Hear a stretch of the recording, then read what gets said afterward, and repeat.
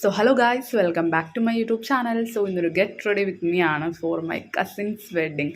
അങ്ങനെ തലേ ദിവസം തന്നെ സാരി ഞാൻ പ്ലേറ്റ് ചെയ്തിട്ടുണ്ടായിരുന്നു. അത് കാരണം എനിക്ക് ഈ ഒരു വീഡിയോ എടുക്കാൻ സമയം കിട്ടി, അല്ലെങ്കിൽ നമുക്ക് രാവിലെ ഇത്രയും സമയം ഉണ്ടാവില്ല.